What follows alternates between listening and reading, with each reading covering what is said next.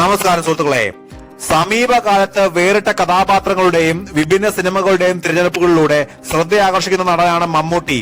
അതുകൊണ്ട് മമ്മൂട്ടി നായരാണ് ഓരോ സിനിമയുടെയും റിലീസിനായി കാത്തിരിക്കാറുണ്ട് ആരാധകർ. മമ്മൂട്ടിയുടെ ബസൂക്ക എത്താൻ വൈകുമെന്ന് താരം സൂചന നൽകിയിരിക്കുന്നത് എന്നൊരു വാർത്തയും ചർച്ചയാകുന്നുണ്ട്. വലിയ പ്രതീക്ഷയോടെ കാത്തിരിക്കുന്ന മമ്മൂട്ടി ചിത്രമാണ് ബസൂക്ക.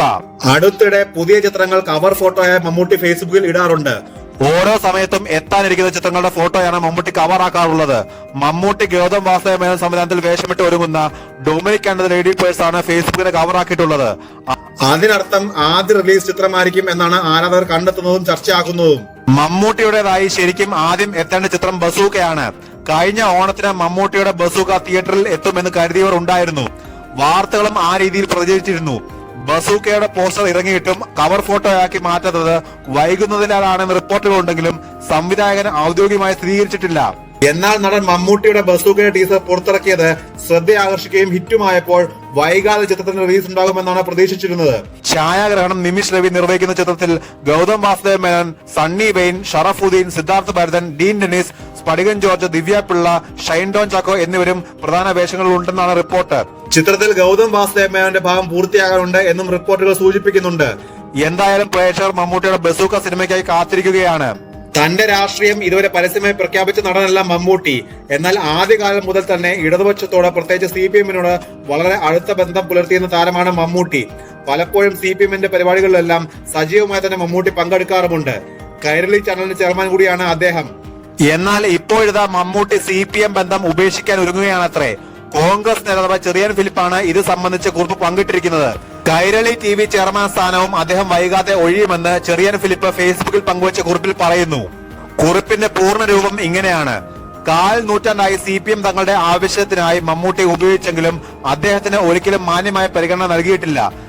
ദേശീയ തലത്തിൽ അദ്ദേഹത്തിന് ലഭിക്കേണ്ട അർഹമായ അംഗീകാരം പലപ്പോഴും ലഭിക്കാതെ പോയത് CPM ബന്ധത്തിന്റെ പേരിലാണ്. സാഹിത്യം, സിനിമ, കലാരംഗങ്ങളിൽ CPM സഹയാത്രികരായിരുന്ന പലരും പാർട്ടിയുമായി അകൽച്ചയിലാണ്. പാർട്ടി വേദികളിൽ പ്രത്യക്ഷപ്പെടാൻ മിക്കവർക്കും ഭയമാണ്. MLA-മാരായിരുന്ന മഞ്ഞളാംകുഴി അലി, അൽഫോസ് കണ്ണന്താനം എന്നിവർ CPM ബന്ധം അവസാനിപ്പിച്ചത് പാർട്ടി നേതാക്കളുടെയും അണികളുടെയും പീഡനം സഹിക്കാൻ വയ്യാതെയാണ്. മുസ്ലിം ലീഗിൽ ചേർന്ന് അലി പിന്നീട് സംസ്ഥാന മന്ത്രിയും അൽഫോസ് കേന്ദ്രമന്ത്രിയുമായി. KT ജലീൽ അൻവറിന്റെ പാത പിന്തുടരുമെന്ന് തീർച്ചയാണ്.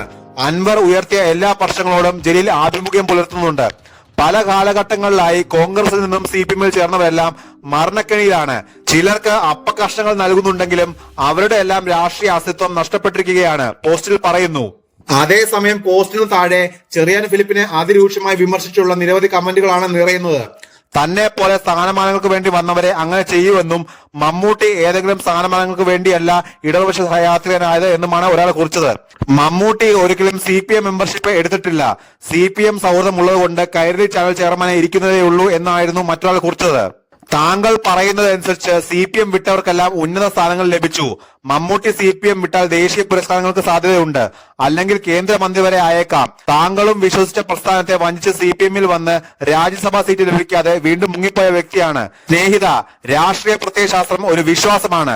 സ്ഥാനങ്ങൾക്കും പദവികൾക്കും വേണ്ടി താങ്കളെ പോലെ കാലത്തും വൈകിട്ടും അത് മാറുന്നവരും ഉണ്ടാകാം.